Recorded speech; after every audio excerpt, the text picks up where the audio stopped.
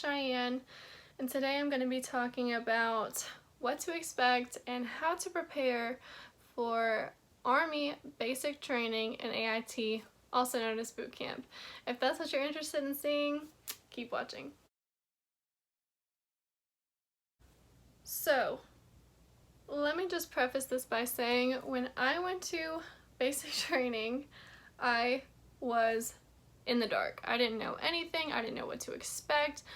I don't really have any family in the military. I mean, I might have had one or two friends in the National Guard. Like, it's not like I was in the know when it comes to the military. I just expected that I was gonna need to be in good physical shape. So I was thinking, it's gonna be easy peasy lemon squeezy for me. I'm gonna get there, just blow through this, whatever. No. No. Let me tell you, no. Please do not go in with this thinking, because basic training is just so much more than just maybe what you see on TV, what you see on Disney Channel or whatever. It's much more than Cadet Kelly, okay? It's much more than this stuff that you see on TV. Something that actually surprised me when I was at basic training is that we really didn't even do that much running. We did not do much like organized physical training as I thought we would be doing. Again, in my mind, I was thinking, oh, we're gonna be running and doing all these, maybe go to the gym, do some weightlifting, do some all this. No. You do physical training in the mornings. I mean, that's just the Army way. You get up very early, you go do PT, stands for physical training. You know, you go to a tire pit, whatever, but it's gonna be done outside. I mean, you could be in the best tip-top shape of your life, but it's not like that. It's more mental, because it's like, oh, it's snowing? Well, you're still gonna go outside, and you're still gonna go do push-ups, you're still gonna go do sit-ups, you're still gonna go do all this stuff laying on the ice, laying on the wet ground. You know, it's like you're still gonna go do this stuff. There's no like, oh, you know, we were gonna go run today, but it's 25 degrees, so we're not gonna go today. No, you're gonna go, and it doesn't matter. It doesn't matter if your knee's hurting. It doesn't matter if you think you broke your ankle. You're gonna go. So a lot of people call basic training and AIT, they just call it boot camp. So I've heard that a lot. That's really what my husband calls it. That's what a lot of my family calls it, and I think that's just what a lot of people call it in general. They'll just call it boot camp. Most people in the Army we'll call it BCT, AIT, basic training. That's what you're really gonna hear. What BCT stands for is basic combat training. And that's gonna be the first part of your training. So it's just that, it's basic combat training. It's gonna be basic, all the basic things you need to know to be a soldier. Regardless of what your job's gonna be, regardless if you're gonna be a truck driver, you're gonna work in HR, you're gonna be infantry, regardless of what you're gonna be, you need to know these basic things to be a soldier. So that's what BCT, basic combat training, is gonna be. And that's gonna be 10 weeks. So 2.5 months. So then you're gonna have AIT, which stands for, hold up, Advanced Individual Training. I just remembered that, didn't even look it up. It's going to stand for Advanced Individual Training, and that's where you're going to go to train for whatever job you chose to do. You're going to go train for that. And that length, the length of that school is going to depend on what job you chose. For example, mine was 10 weeks, so I had 10 weeks of BCT, 10 weeks of AIT, total of 20 weeks for me. But there's plenty of people I know who picked a job where their AIT was 6 months. So they had 2.5 months of basic training and then 6 months of AIT. So that's 8.5 months that you're gone. You need to expect to be away from home. If you have a significant other, if you have, you know, family that you're really close with, you're gonna miss your siblings, your mom, your dad, your friends. That's just something to take into consideration. I mean, of course, I am in the Army Reserve, so I did get to come home right after I was done with training, but even so, I was gone for 6 months total. So, you know, 10 weeks in BCT for me, 10 weeks in AIT, and I actually had to go for 2 more weeks after AIT for an extra school that I had to do. So I was gone for a total of almost 6 months where I did not come home at all. When you go to training, you need to make sure you say your goodbyes and maybe even take that into consideration when picking your job, because some jobs are going to have an extremely long AIT. 6 months, I mean, there's ones that are even a year long. And of course, the ones that are longer, they're going to give you leniency as far as visiting family and things like that. But an AIT that's very short, like mine was, only 10 weeks, 2.5 months, they're pretty strict on you. You can't leave. You certainly cannot leave the base. They would not let us leave the base, and we weren't allowed to visit family at all. If our family came to visit us on the weekend, it had to be secret. You could not tell, your higher ups, your drill sergeant. You really had to keep it a secret. Of course, I told my roommates or my friends because they're not going to tell on me, but that's not something that you're really technically allowed to do. Go into training knowing that you are going to be gone for whatever time period they give you, and expect the worst. Go into it expecting that if your total time is going to be 6 months, expect that you are not going to have any contact with your family or your significant other or your children or whatever for 6 months. You're at least going to get to see them at your graduation for basic training, and then you're going to get to see them again for your graduation for AIT. Anything else, you need to go ahead and consider a luxury. Go into it thinking, I'm not going to see my family and friends for 6 months. If I get to see them in that time, you need to just count it as a plus. Don't go into it like I did, expecting to be able to see them on the weekend or call them on the weekend, because it might not happen. And since I mentioned the phone calls on the weekend, I will go ahead and mention that point as well. In basic combat training, so your first 10 weeks of hard training, phones are not allowed. I tried to get some advice going into BCT. I didn't do as much research as I should have, but I did talk to, I think, a couple of people, and I was kind of told that you get a few phone calls in BCT. Like, you don't get your phone the whole time, but you do get to make a call, like, maybe once a month, or at least just every couple weeks you get a call home. That was not the case for me, and it was very upsetting going into it, thinking that it was going to be that way, and being told that, oh, you are going to get a phone call on the weekend or get a phone call every couple of weeks, and then I get there and I did not have my phone for the whole time. I didn't see it. They took it the second we got there, and I did not get it back until about 2 or 3 days before graduation. So I went 2.5 months with 0 contact aside from writing letters. With everything, with going into training, you need to go in expecting the worst and hoping for the best. So go into it telling yourself, we are not going to talk. I'm not going to talk to my significant other. I'm not going to talk to my children. I'm not going to talk to my family at all for the entire basic training. With basic training, each company might make a slightly different decision. So the people who told me this, it could be that their company that they were in did allow a phone call every couple of weeks. But many, many companies do not allow any phone calls whatsoever. You definitely need to go into it expecting no phone calls, and if you do end up in a company, basic training company that does allow a phone call every so often, then just be grateful for it.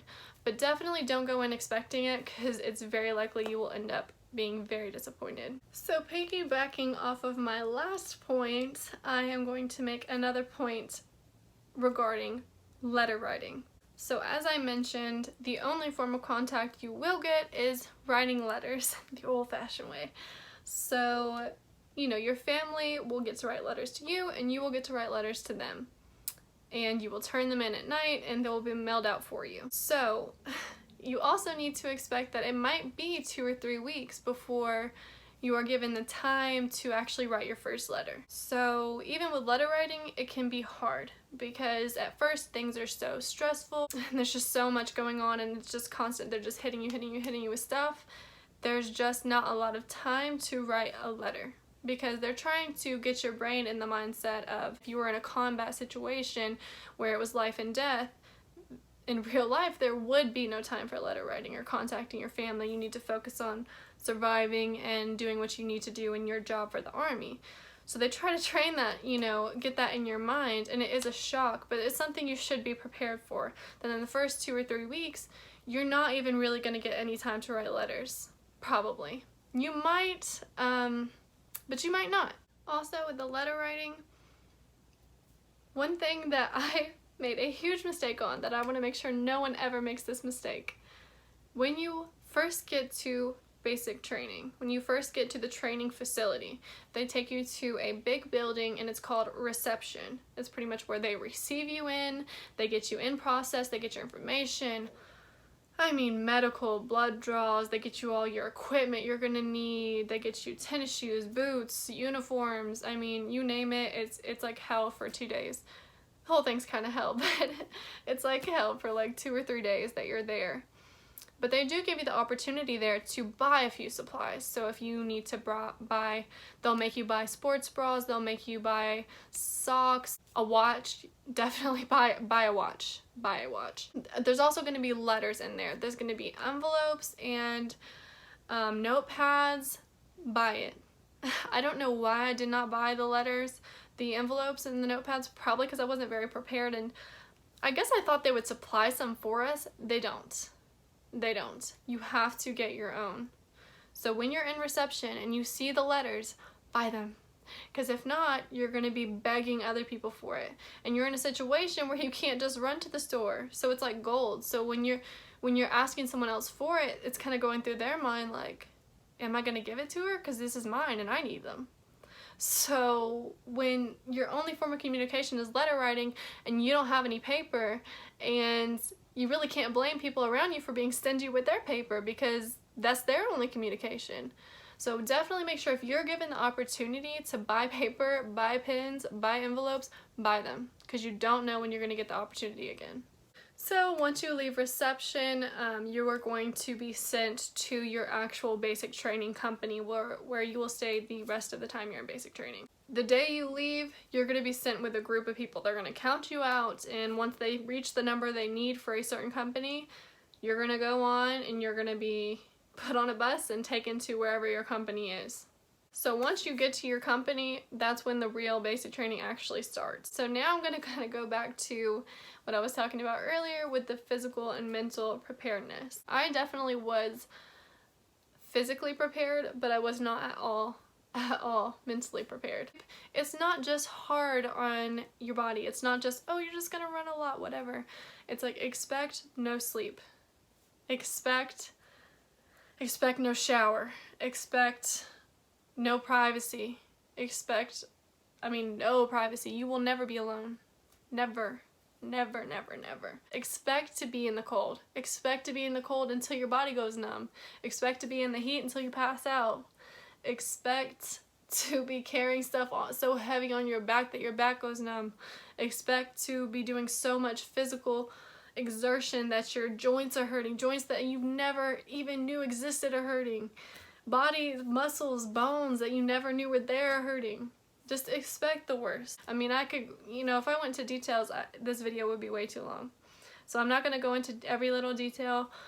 All I can say is you're never going to be fully prepared because it's going to be something new. Because you're going to be talked to in a way you've never been talked to before. You're going to be called stupid. You're going to be called slow. You're going to be called fat. Even if you're not fat, you're going to be called fat. So you're going to be talked to how you've never been talked to. You're going to be treated how you've never been treated before. So you just need to go into it prepared for the worst. Prepared for the worst. Prepare for the cold. Prepare for the hot. All this comfort that you've been used to in life, all this air conditioning, this heat, this comfy bed, this 8 hours of sleep a night. It's gone. It's gone. All the comforts you've ever experienced. This isn't summer camp the summer basketball camp you went to. This is not just something that's going to be physically challenging. It's going to be extremely mentally challenging. You're gonna experience physical pain like you've never experienced it before. So you just need to go in expecting the worst and hoping for the best. That's all I can say. So one last point I'm going to make about what to expect is that once you make the decision to go to basic training and once you get on your transportation to go to that base, there's no turning back at that point. You can change your mind, before you get on that transportation. But once you get on that transportation, there's no turning back at that point. And at that point, you need to be mentally prepared to make it all the way through. Because it's not like you can get there and just say, you know what, this actually sucks. This is actually not what I thought it was going to be. This is actually really stupid. It's not like you can just be like, ah, forget this. I want to go home. Take me home. They're just going to like laugh at you. There's no leaving. You can technically refuse to train and you will get sent home eventually, but it will be several months. They will just hold you there. My opinion is they do that to kind of punish you and to motivate you to keep going, because they always tell you the quickest way to get home is to graduate. If you quit, you're going to be stuck there even longer. And I really think that's by design, so they can kind of strongly encourage you to graduate and finish what you started. It is so stressful, even if it is what you wanted to do. Most people do kind of have that thought into their mind where they're like, ugh, if they would just let me hop in the car and go home right now, I would. You know, it's hard not to have that into your mind when it's a very uncomfortable situation to be in. So just know, once you're there, quickest way to go home is to graduate, so you just got to keep going. You just got to keep going. And if you want to quit, you technically can quit, but you're going to be stuck there even longer. Still being treated that same way. Being talked to that same way. So once you get there, just grind it out. Just grind it out and just make it through. Everyone else makes it through. You just got to tell yourself, look, you don't want to go home and tell everybody you quit. You don't want to go home and tell everybody that you couldn't make it. So just grind it out. So I'm quickly going to go over some points on how to prepare. So number 1, know your PT requirements and work on them before you leave. So you can do a quick Google search. You can talk to your recruiter. They will help you. They will give you the requirements. You can ask a friend who's in the Army. There's many ways you can look it up and find it out. Find out what your minimum requirements are. Test yourself and make sure you're passing before you leave home. Because you don't want to get there and you're getting halfway through and you're still not passing. And then you're like, shit, am I even going to be able to pass? Am I going to be able to graduate? Because guess what? If you don't pass, they don't send you home. They start you over. And that's not something you want to be faced with. So make sure you are prepared for that. Number 2, get comfortable with a weapon before you go. So if you have never shot a gun before, if you have never held a gun before, especially a rifle, make sure you do that. Make sure you go to a local shooting range, or if you know somebody, or if you have, if your parents have guns, whatever. I personally was not comfortable with a gun before I left. I had never shot a rifle. I never held a weapon. I had held a pistol before, and that was the extent of my experience with any sort of weapon. They're going to teach you how, and I did pass and I shoot very well now, but you should at least be comfortable and not be scared. They're going to teach you your form. They're going to make sure that you can shoot very accurately, but you need to at least be comfortable with the weapon before you go. You're doing yourself a huge, huge favor. The next point, I would strongly recommend that you pack anything you might want or need for your graduation day. So when I packed super light, because I'm thinking, I'm not going to need makeup or anything like that. I'm going to basic training. I knew they were going to take all that stuff away from me. So why even pack it? Well, I strongly regretted that, because there was a lot of other females who did pack makeup and this and that, and you get your stuff back the night before graduation. So they all had makeup to put on and looked all pretty, and I didn't have any makeup with me, so I was kind of sad, like, dang, I should have brought that with me. I should have brought my contacts. I should have brought all this stuff that I wanted to put on for graduation, but I didn't have it because I didn't think I would need it. So I would say anything you want. If you want to, like, get dolled up for graduation day and family day, obviously in uniform you can't have anything too crazy as far as makeup. But if you want to put some lip gloss on and some mascara on, pack it with you, because you're going to get your stuff back. So that way you have it. The final point is, you know, you're never going to be fully prepared, but as long as you take these few points I've made into consideration, I think you'll be alright. Always remember to take all my advice with a grain of salt, because ultimately I'm just some lady on the internet. Thank you guys for watching, and I hope you have a great rest of your day. Bye.